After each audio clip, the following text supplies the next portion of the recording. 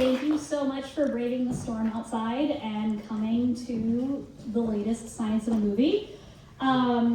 Let's make sure it's working. Do I have to do anything specific, Kevin? No? No?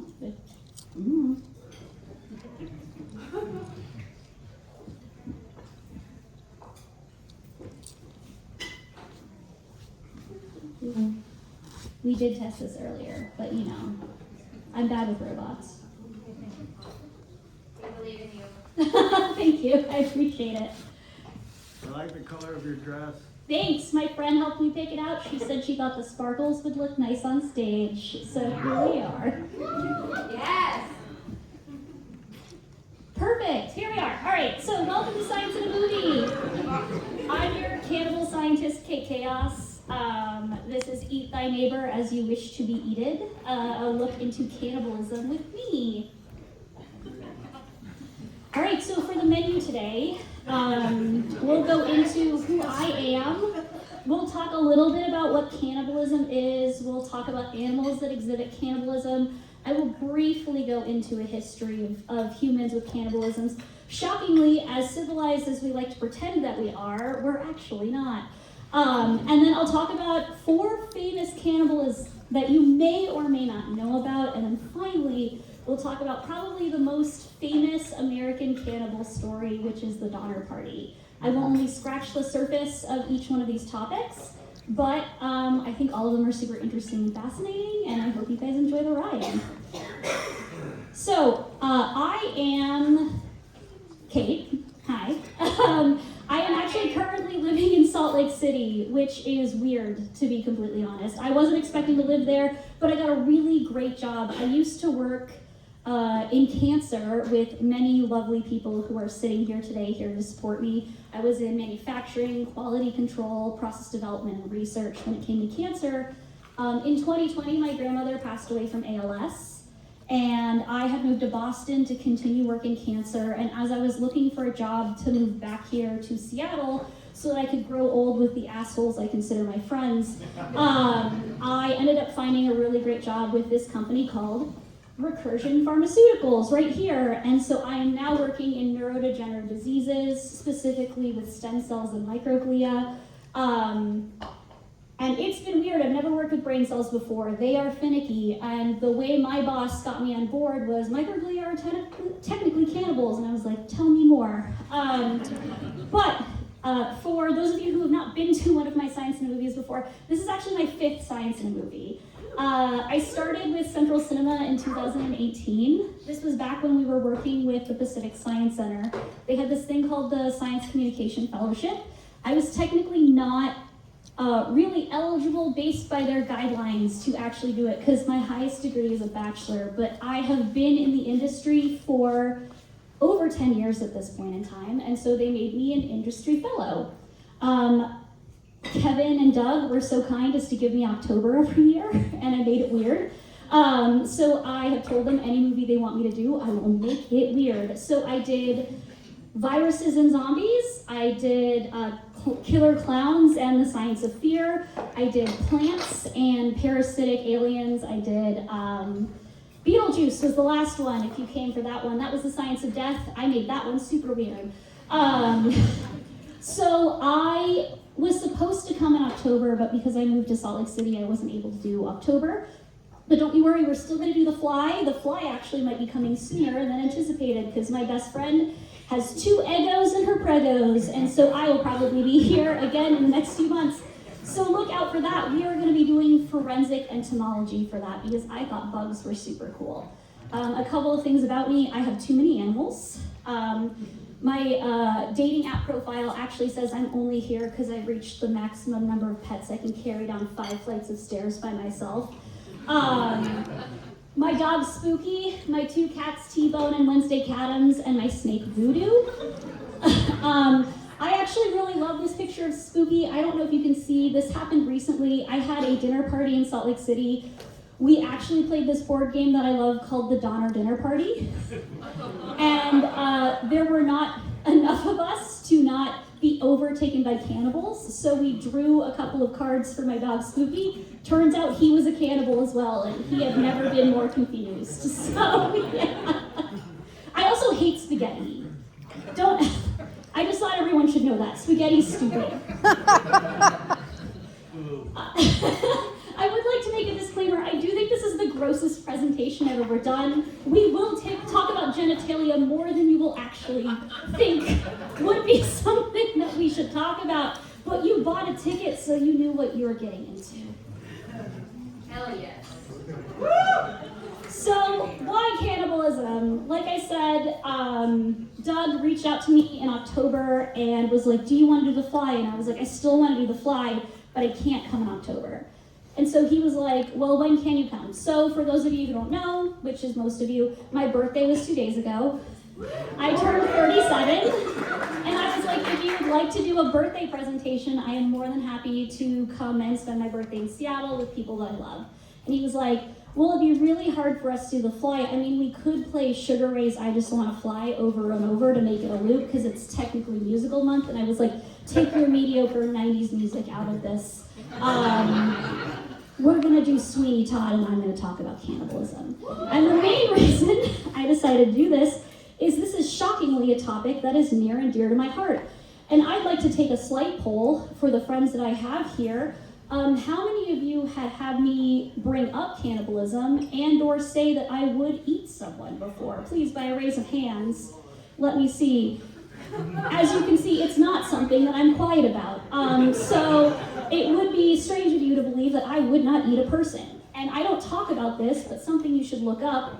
It's very expensive, but there is a lab in Japan where you can send cells to, and they will build a steak after your cells. And if you don't think I would fucking eat a steak made out of me to see what I taste like, you are wrong. Normally, I also dress up for one of these presentations. I have been a Venus flytrap, I have been Beetlejuice, I have been a zombie, and I have been a killer clown. But I decided since it's my birthday, I would take a note out of my mom, who was like, I got the you are scary all the time, why not be sexy one time? And I would say this is my costume. Anyone can be a cannibal, and you will learn that very soon. All right, so what is cannibalism? Cannibalism is actually the consumption of oneself. Cannibalism for a while was considered humans, but then we started realizing that animals also exhibit cannibalism. So cannibalism is a baseline of animals are humans.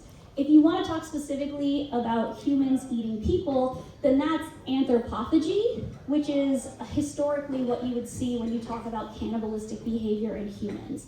But cannibalism can be broken into sub-cannibalism. There's exo-cannibalism, endo-cannibalism, and auto-cannibalism. Exo-cannibalism is more of an aggressive form of cannibalism. When you think about villages or cultures that exhibit cannibalism in their pasts and they intend on exhibiting the most power over their vanquished enemies, this is them eating their hearts or their lungs or their brains or different things like that as a form of exhibiting aggressive assertion over them. Endo is more of a affectionate, ritualistic, grandma has passed away, we are going to consume a form of grandma so that we can have her in our bodies forever. Auto-cannibalism is something that's a little more interesting. It's less exhibited in humans, but some neurological and psychological diseases can have people decide that they're going to consume their own bodies. This is also I guess I should say, okay, so in 2018, a guy had to have his foot amputated. And fun fact, if you have a body part removed from you, you can ask for that body part back. And they can't ask you any questions. So when he had that foot removed, he turned it into tacos for his and his friends. And that happened in 2018. So if you think that it's not happening right now, you're wrong. I don't remember where it was. I'm from Florida, so I wouldn't be surprised. I did not go into the cannibal who ate the bath salts and ate the face. That was another one that I was thinking about doing, and I was like, no, that's old. No, everyone knows about that. The other one that you can talk about, which I'm not going to really go into, but you should know about because it's fun and gross, is called necrophagia, and that's those people who dig up corpses and then eat corpses. The other thing I want you to pay attention to is this map that I have here. It is accurate up to 2 years ago. So, up to 2 years ago, cannibalism is legal in every state but Idaho. I don't know why Idaho is the one that was like, no to cannibalism. Militias live there. But it was one of those things where it's like Now, here's the thing. The weird part is you can be arrested for how you attain the body. That is what people will get you for, and I actually will go into that a little bit later in this presentation. All right, so we're going to briefly go into some animal cannibals. I'm going to break down the type of cannibalistic behaviors that animals go into. One of them might not be considered a cannibal, but it's my presentation, and I can tell you whatever I want.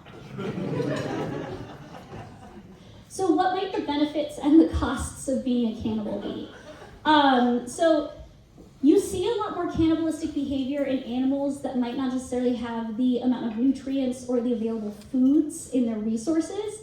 It also is a really great population regulator. If there are too many of a specific animal, but not necessarily enough of the prey, you will start seeing carnivores, sometimes even omnivores, because shockingly enough, I'm sure you've heard of hamsters or rabbits eating their young. If there's not enough food to go around, parental units will tend to eat their young. The other chance is, in some of the ones that we'll talk about, the offspring have a higher chance of survival if the parental unit exhibits cannibalistic behavior that benefits the offspring.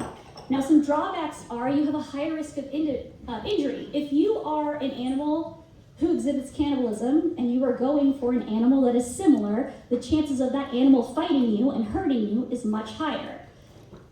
There's also certain situations where in ponds where frogs have a lot of tadpoles, those tadpoles might exhibit cannibalistic behavior and not necessarily recognize their own kin, and therefore consume kin of their same brood, and then lessen the survival rate of those.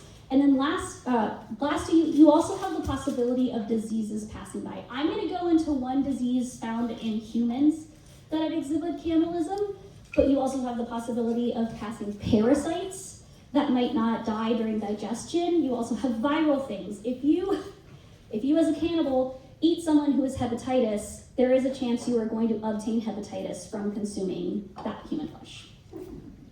Even if you cook it? Even if you cook it.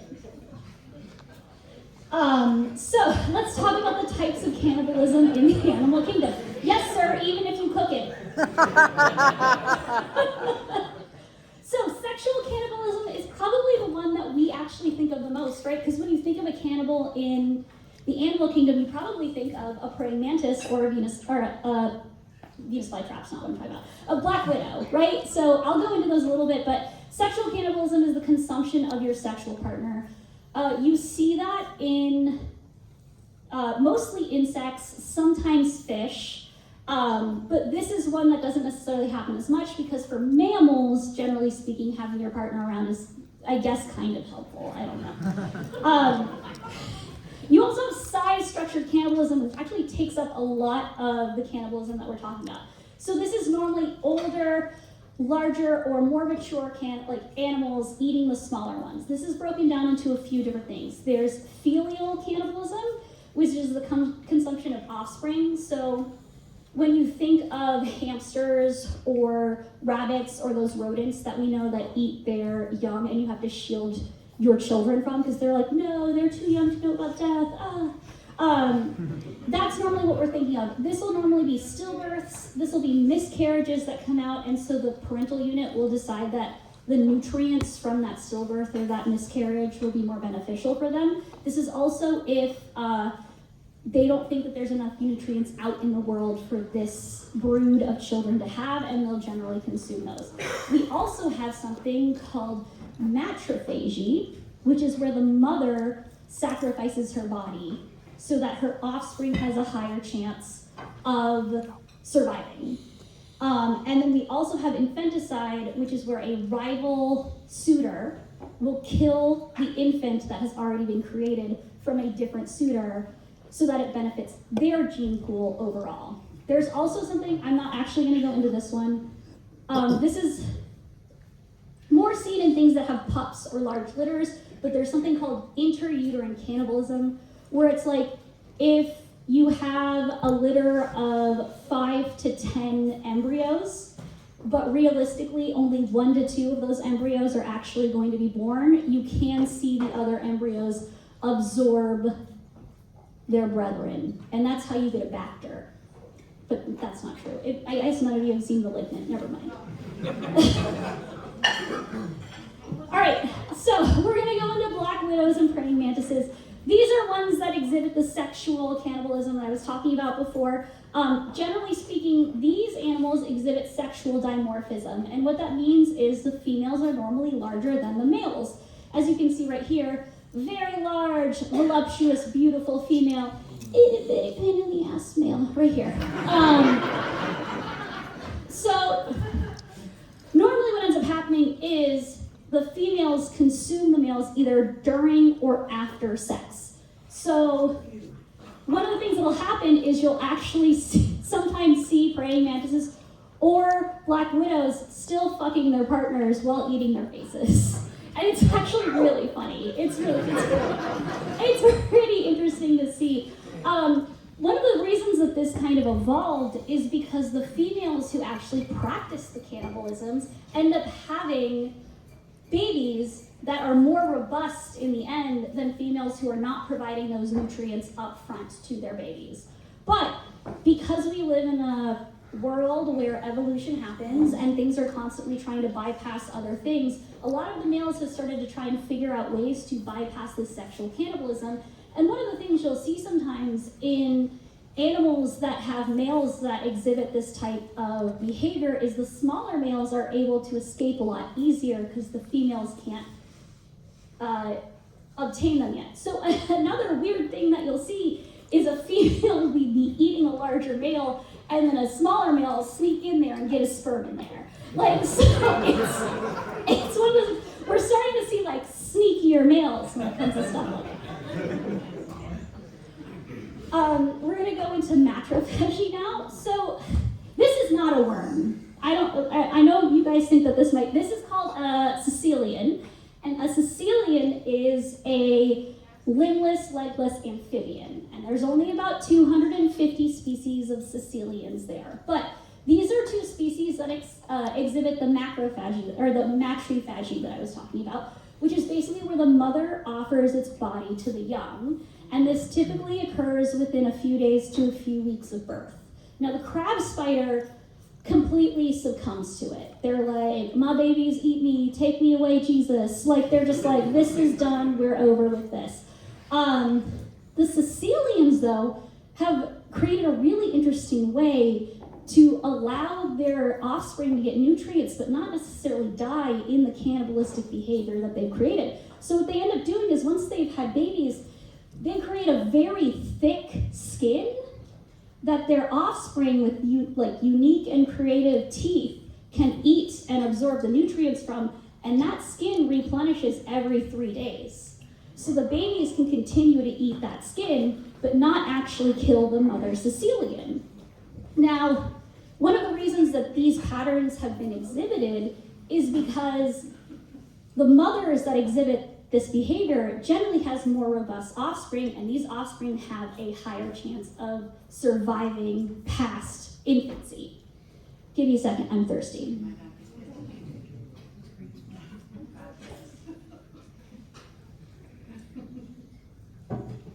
Okay. Lions. My favorite thing about lions is men use it as like the highest form of bravery, and they're like the laziest animals in the world, and so really interesting.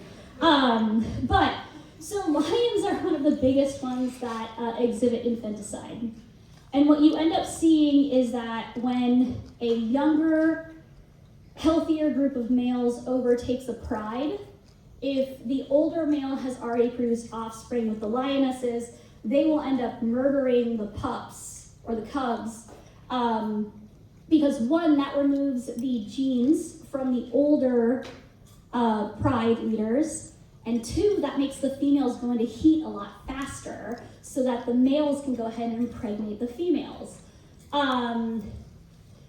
This allows the leader to have kids a lot sooner with their newly possessed pride.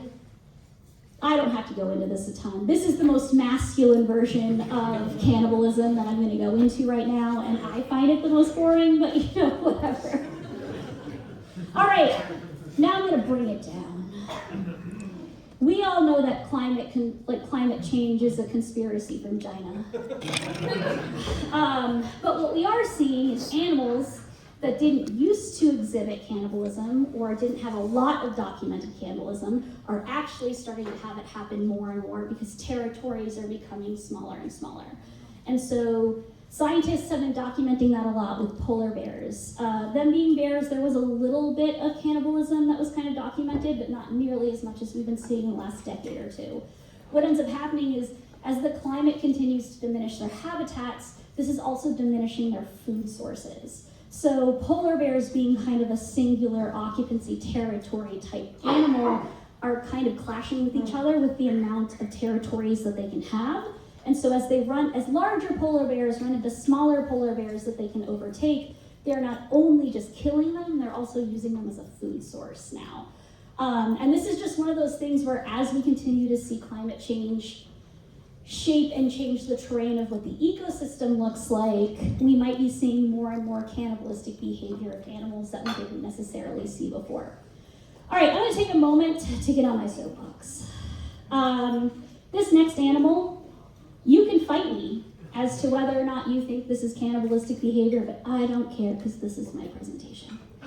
I'm going to talk about one of my most favorite animals because it is the animal that I think exhibits feminism to the T. Like, it's up there. It's huge, and it's an ugly animal. It's going to be an animal you're like, okay, why are we talking about this? And I'm like, but no, it's going to be great, and you're going to fucking love it, and you're going to have a new respect for this animal. And afterwards, you're going to be like, thank you, Kate. I never thought about this animal before. Thank you. The anglerfish. The anglerfish is my dream costume. If there are any craftsmen out there, like, help me. So one of the things I want to bring up that's not even in this presentation, we all know anglerfish for their little lures. That is a symbiotic relationship with a bacteria. They don't even create that luminescence. They're already creating that luminescence by creating a community of support with another bacterial infection that they're like, guess what? You feed me, I let you glow, baby. Here we are. But this is another animal that exhibits sexual dimorphism, which, here's the thing, this was the weird thing looking into a lot of things. When we look at the animal kingdom, most cannibalism happens female to male. And as we get into humans, it's distinctly a male thing. Like, it ends up being this thing where dudes eat people a lot more than females. And you're like, what's going on here? What is this? So I really love the animal kingdom because it really shows the power of the female. So, thank you. That should have gotten a bigger woo. True story, I tell my mother every day I wake up attracted to men is a tragedy. So, the anglerfish is another animal that exhibits sexual dimorphism. Every anglerfish caught is a female. These things that we see, these are all female. And when the females were being caught by scientists, the scientists kept going, this is weird. We keep seeing parasites on these females. Where are these parasites coming from? Turns out the males are significantly smaller than the females. Now, something that I should say is anglerfish are generally considered benthic and very deep ocean animals. There are some that live in the open ocean. There are other breeds that live on continental shelves. There are a very diverse form of fish. And so not every single one of them is going to exhibit this, but the ones that I'm focusing on, the rock stars, these are the ones that are the super huge ones, and they got itty bitty little males, all right? So, the males are so pathetic that a lot of them are not even born with digestive systems or eyeballs. And so they have to actually find the females through pheromones. And so what ends up happening, part of the reason this was developed is because the anglerfish, regardless of where it lives mostly in the open ocean. And they're generally solitary, singular fish. So how would you be able to find a mate in this open ocean, right? Well, the anglerfish decided, I'm gonna absorb that motherfucker, and then he can never cheat on me. So, what ends up happening is these tiny itty bitty males are like, I gotta fucking find a sugar mama. And so they go swimming and they go looking for a male. And so a fusion happens. And these are the parasites they were seeing. And guess what? You can absorb as many men as you want, and you can be like, guess what, Brad? I'm not using your sperm today. Hi, Ted! So that way, as this female anglerfish is floating through the ocean, she can decide that she wants to fertilize her eggs. Fertilize, thank you. God, sorry. I've had a few gins. I get really nervous about these things. So she can decide that she wants to fertilize her eggs, which whoever she wants. Like, she can have multiple. She can get one, she can get two. They're like the polyamory queen right here. Polyandry is what it's called when you have multiple males. But the way that this works is, so the males bite onto the female, and then once they bite on, an enzyme happens and it melts their faces. And then their face fuses onto the body. But the funniest part, guys, is that pathetic itty bitty male gets so much bigger because the female's feeding. So you might not consider that cannibalism. I consider that male needs to probably owe her a paycheck in some way. But I love the anglerfish, and I hope you guys have a new respect for it because it's a cool ass animal. So we're gonna go into humans and cannibalism now. Despite what you may believe, humans have a very intricate and still active history with cannibalism. It's been documented in almost every culture. The Vikings exhibit it. We have tale of tribes in South America, tribes in Africa, tribes in Australia.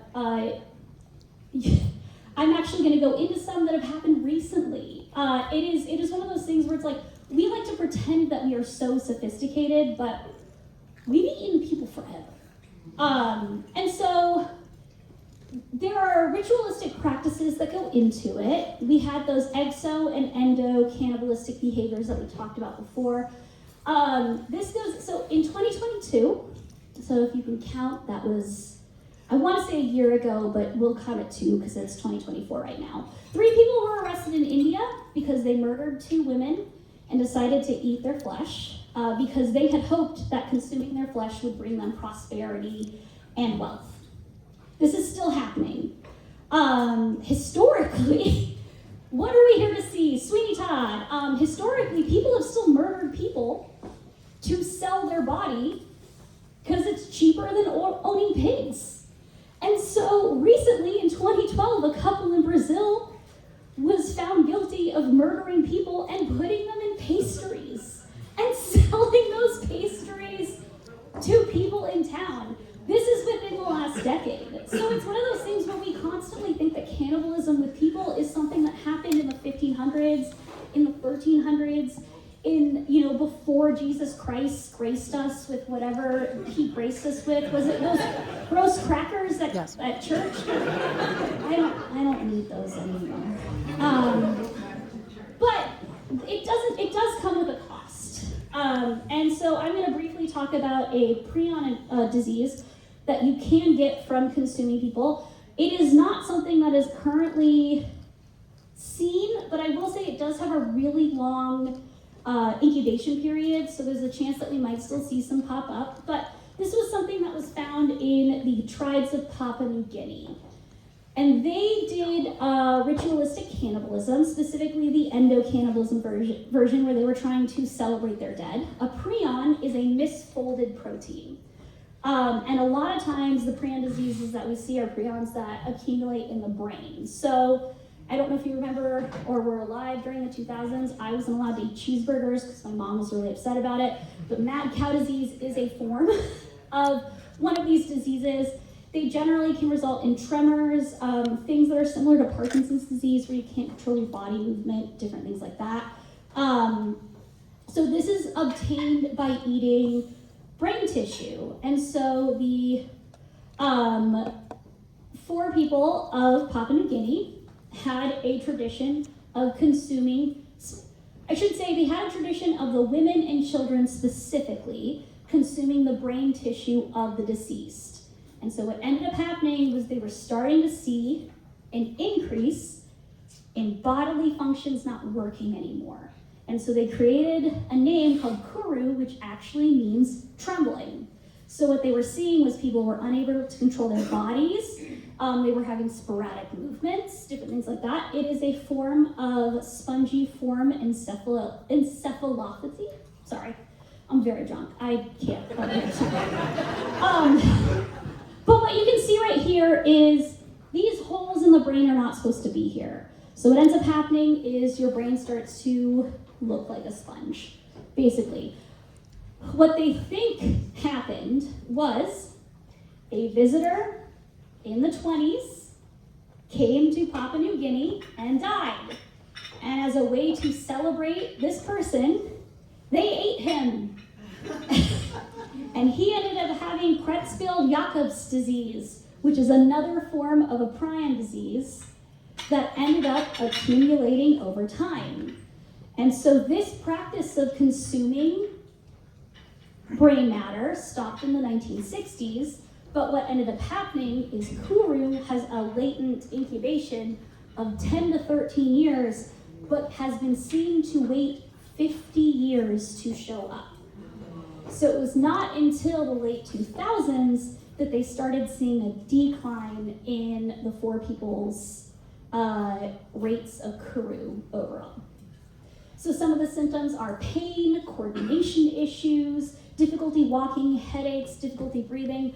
One of the big issues that they have with it is you start being unable to swallow. So a lot of them were either suffocating off of their own spit or unable to digest food just in general. It's a horrid disease just in general. So make sure you vet your brains.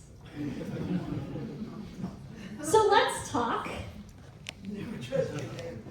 Don't trust your neighbors. This is going to be the gross part. If you have a sensitive stomach, if you're Puritan, I don't know. I think maybe you came to the wrong presentation. This first one's going to be weird, and then one's going to be known, and then one's going to be less weird, and then the last one's going to be really weird. So, all right, let's talk about Albert Fish. Who knows about Albert Fish? Raise your hand. True crime nerds. Hey! All right, Albert Fish was a pervert. So, Albert Fish was a serial killer, rapist, child molester, masochist, and cannibal. If you want to know, when he was arrested, they did an x-ray and he had over a dozen needles inserted into his penis, because that's what he liked to do. So in 1928, he was finally caught. He had molested many children before then. He was not a good guy. And this is also, I feel like this is a testament of the time, because if you had a stranger come and was like, let me take your daughter out to a party, like who the fuck would let that happen nowadays, right? But so in 1928, a gentleman by Edward Budd put out an ad he was looking for a job. And Albert Fish decided to call upon this person, faking being a farmer, looking to provide someone with work. And he was originally planning on murdering Edward Budd, because at that point he'd already murdered a few other people. He was like, what's a dude? Never mind. But then he fixated on his 10-year-old daughter. Her name was Grace Budd. It was creepy. Like all of the things that I read and all of the podcasts that I've listened to talk about how, like, during the dinner intervention or like interview or whatever they were having, he was letting Grace sit on his lap, like blah, blah, blah stuff. And so he ended up somehow convincing the parents to let him just take Grace with him. And so they went away and he brought her to an abandoned house, told her to wait outside where she picked wildflowers. He then got naked inside this abandoned house, called her, and he said that when she saw him, he started crying. And it's very, very sad. But he ended up murdering her, and he ended up dismembering her, and he ended up consuming her body. But the most fucked up part about it is he ended up sending the parents a very extensive letter about what he did to Grace. And it ended with, I choked her to death, and then I cut her into small pieces so I could take my meat to my rooms, cooked it, and how sweet and tender her little ass was roasted in the oven. It took me 9 days to eat her entire body. I did not fuck her though. I could if I had wished. She died a virgin.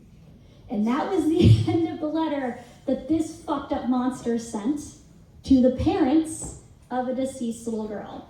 Now that letter was one of the things that alerted the authorities, and he was able to finally be fucking arrested, right? But it is suspected that he is responsible for at least a dozen murders. And most of these, I should say most, all of them are 5 to 17 years old. So all of them are children. But he also molested countless other people. So like, if a creepy old man's like, let me take your kid to a party, no. Jeffrey Dahmer, all of you know Jeffrey Dahmer, right?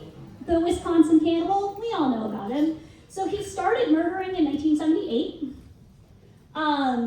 He also, I don't know if you were aware of this, he used to frequent the gay bathhouses of in Milwaukee, and he would drug people at the bathhouses and then sexually assault them. So like, it's one of those things where his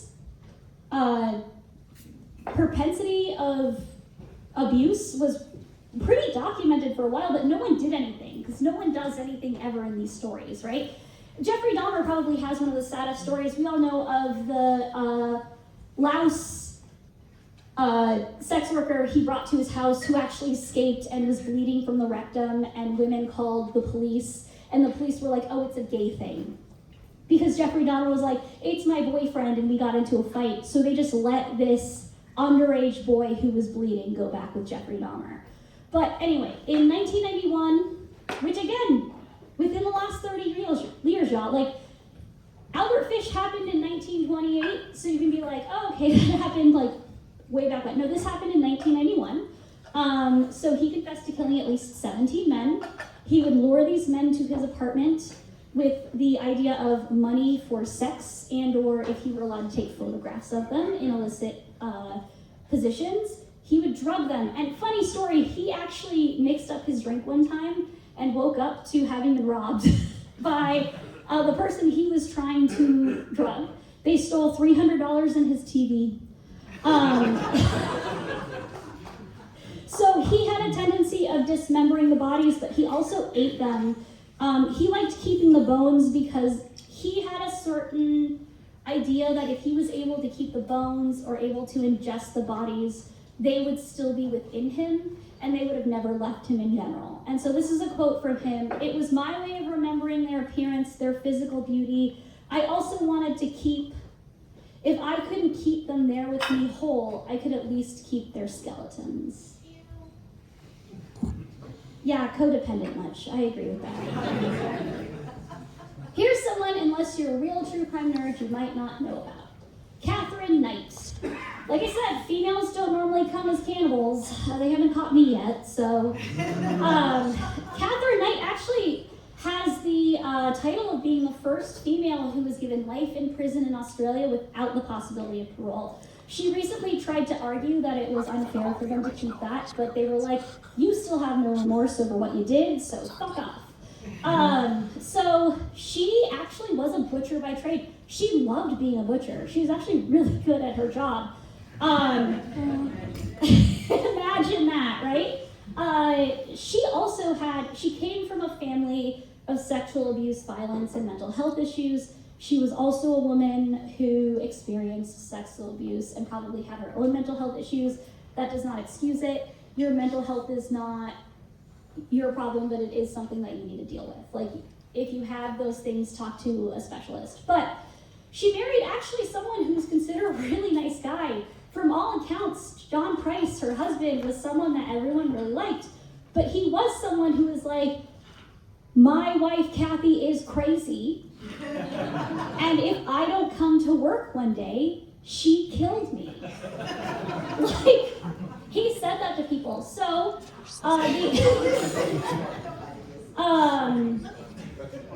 so she ended up murdering him because they got into a fight one day. She stabbed him in the chest as he was trying to leave. And then because she was a butcher, she skinned him.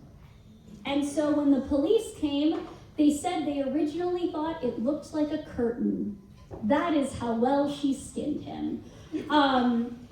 She ended up cooking his body. When the police showed up, the head was still in the stove in a pot and it was still warm.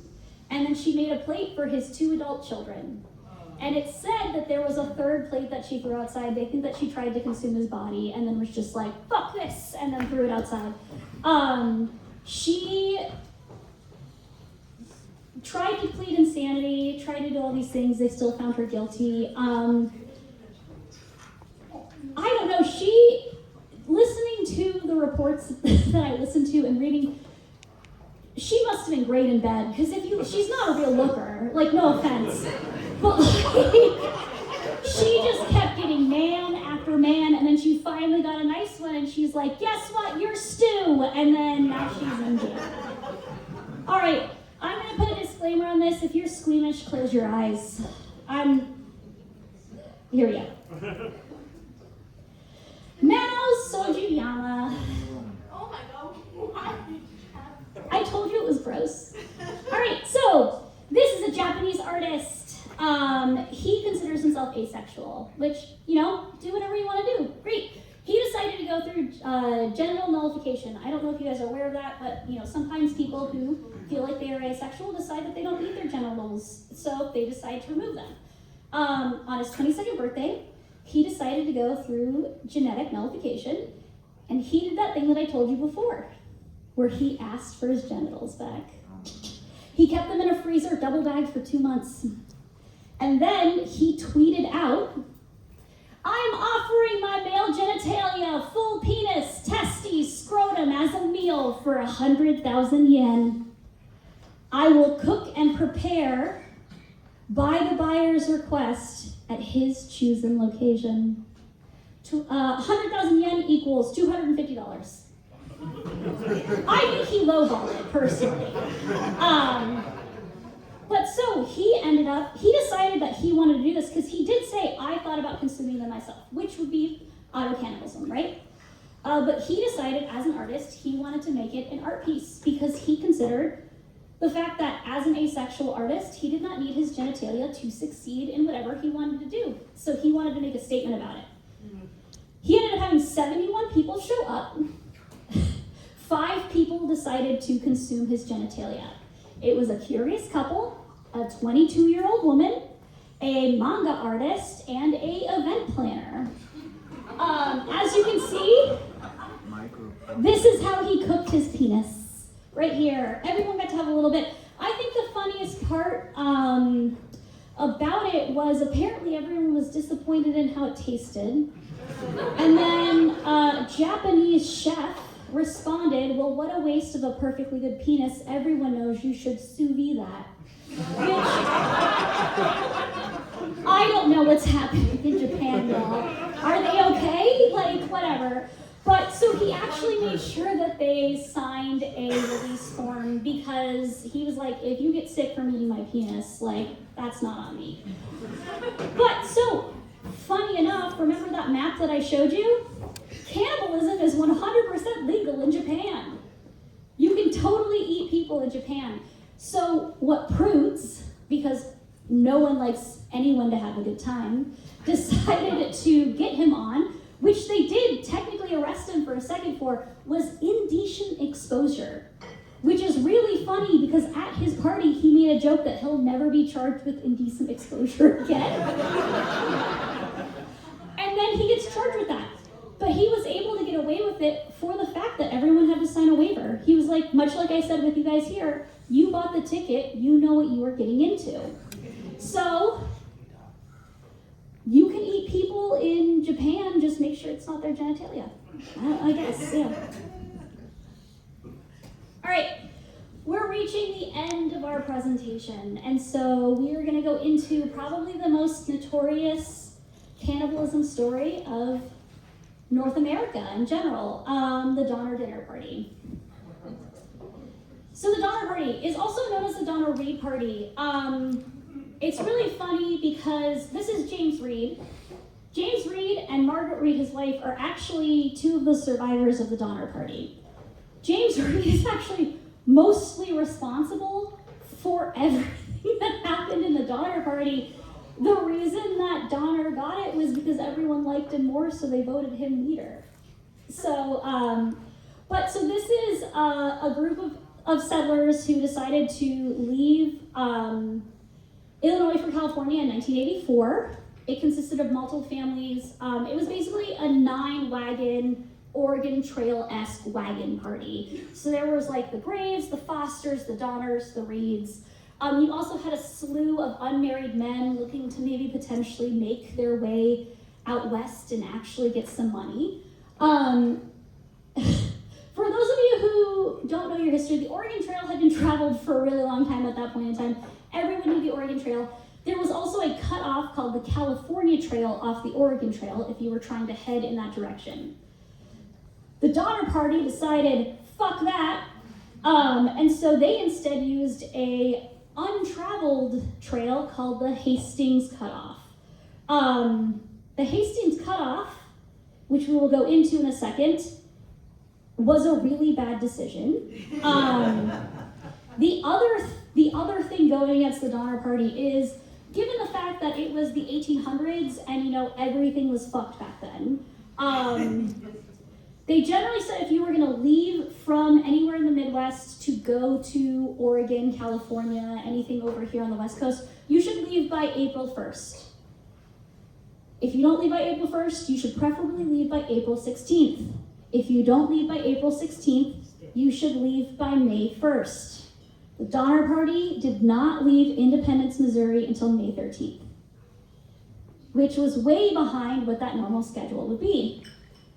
The original Oregon Trail, depending on how many people you have, like at the wagon train, mind you, it depends on how many well-equipped men you have who can help with things. How many children are you bringing? How many women are you bringing? Who can help you with this thing? The trail normally took 4 to 6 months. So leaving in April meant that you would pass everything through the mountains before winter set in, even if there was an early winter.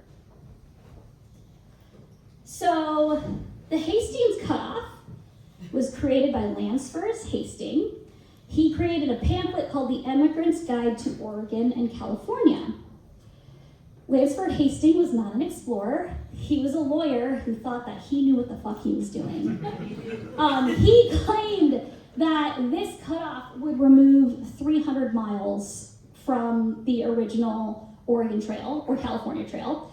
It ended up adding an additional 125 miles, which is almost a month's worth of movement on a wagon. Now, this doesn't even show you the Lansford Hastings cutoff. This is just what the other ones would look like, right? So you can see where the California cutoff comes, where you go into Portland, everything. The Lansford cutoff goes underneath Salt Lake City and the Great Salt Lake. So what he was doing was he was forcing people to go through the untraveled Wasatch Mountains, which I live in right now, and even in a car, they are hard to traverse sometimes. And then, because the Donner Party took so long, they were walking through the Great Salt Lake Desert in the middle of the summer. Yeah, it was dumb. It was one of those things where one of the Donners, one of the female Donners, Tamron Donner, looked at them before they did the break, and they were like, why are we going? Because this is what shows you that it was all about money, y'all. I don't know if you've actually read into the Donner Party. Lansford was trying to make money. He also was trying to, very racist, overwhelm California with whites so that he could take over California in a gentle civil war. He decided he wanted to be emperor of California. Who would have thought a lawyer would have an ego? So there were things. The other thing is Lansford Hastings never did this trail. Again, he wasn't an explorer, he was a lawyer. He looked at the map of the United States and went, people can go that way. Like, it doesn't matter. And so what ended up happening is right when they were hitting Fort Bridger, the Reeds ran into an old acquaintance that they knew. And they were telling him they were thinking of taking the Hastings Cutoff.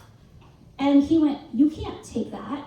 I could barely get over it on a horse. You can't take these 10 wagons over this. And Reed was like, nah, I got it.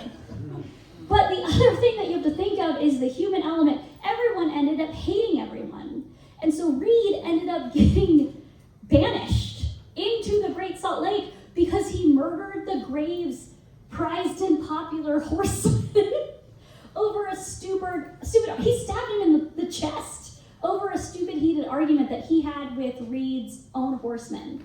So they were like, get the fuck out of here, you're done. But shockingly, that allowed him to survive because he, near death, still made it to California before everyone else. And then he, thinking everyone was waiting on the other side of the mountains, joined the American-Mexican War for a year while everyone else was fucking eating themselves. It's a wild story, all right? So, I don't know if you've been to the Great Salt Lake Desert, but it's salty and it's dry, and me and my snake are not having a great time there. But so let's talk about the myriad of things that happened over there. So first things first, the child fell off of a horse because it got swooped by the wagon to the point where his bone was exposed, and then they tried to get a frontierman to do it, and they were like, no, it's fine, and that child died of disease. And then they got to the point where they went through the Great Salt Lake Desert and everything was dry and all of their oxen ran. And so they had no more food because all of their oxen were like, fuck this, I have no water, I need to get the fuck out of here. And then, the biggest tragedy, you guys, this is a super abridged, we're almost done, I promise you, but this is super abridged. They made it to the Sierra Nevadas on October 31st, and it was an unseasonably early winter, and so they fell asleep October 31st and they woke up covered in snow in the mountains. So they ended up sending a group called the Forlorn Hope. It was 17 people. They went in search for help at a ranch that they knew was supposed to be over hill. Their guide ended up dying within a few days. They had Indian leaders of the, I believe the Miwok tribe. They started talking about eating them. They were like, fuck this shit, they ran away. They ended up running into them, murdering them, eating the indigenous people who were trying to help them. And then finally eating their own shoes, which don't do that now. Most leather is now used with chemicals, so if you boil them and eat them, you will die. But so the 17 that ended up showing up, 7 people made it, but only 1 was completely able to make it to the ranch that they were trying to go to, and he led them back to the 6 others, because since he didn't have his shoes anymore, as they continued to walk, his bloody path led them back to the other people. So, of the 80-something people that had originally gone on the Donner Party, 47 of them ended up surviving, and 42 of them were consumed. Honestly, the saddest part was the young children were used to cannibalism by then, and when it got to the 3rd or 4th rescue mission, the children were like, well, we can just eat the bodies. That's why you shouldn't have kids, Kayla.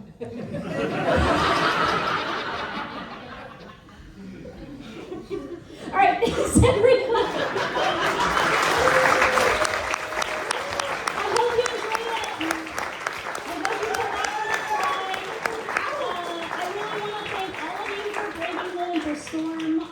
We had 100 tickets, and I believe we sold like 87 or 90 tickets, so we were like 90% sold, so thanks for coming. Some people didn't even show up because of the fucking snow, but you guys did.